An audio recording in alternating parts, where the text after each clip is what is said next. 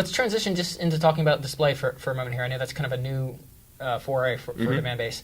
How did you make that decision, and how have you been able to get into the media platforms to find the inventory to make sure that you're serving up the right content, the right folks? What did that look like for you guys? Yeah, it really started with the aha that one of the biggest problems B2B marketers have is that they only target probably 2 or 3% of the available companies out there. So if there's 6 million companies in the U.S., it's not uncommon for a B2B company that only sells to 10 or 20,000. So that's just 1 or 2% of the companies out there. So most of the traffic coming into these sites is not from their target audience. Waste, tons of waste. Tons of waste, right? And so the focus was like, how can we fix that?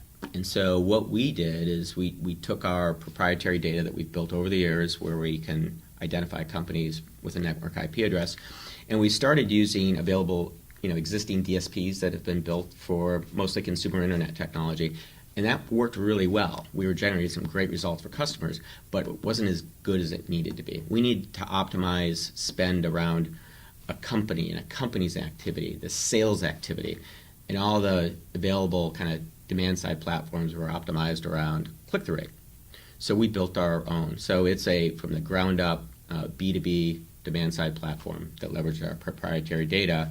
And so we optimize the advertising around actual sales activity and website activity from the company that's important to you. All right, that's interesting. So love the notion of moving beyond click-through activity, which I totally agree is something that has been holding us back in terms of the history of where we've come from.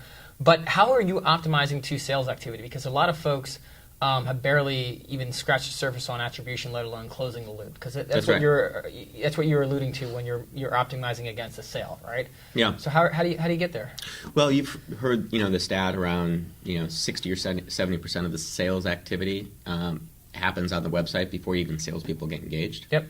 So if you look at and monitor the website activity from a company, that's a great proxy for sales activity.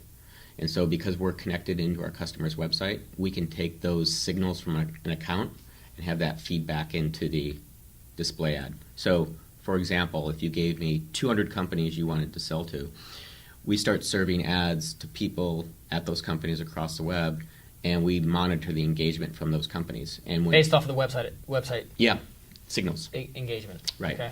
And so we start managing the spend to get companies that aren't engaged more engaged, and companies that are highly engaged, we kind of throttle that spend back.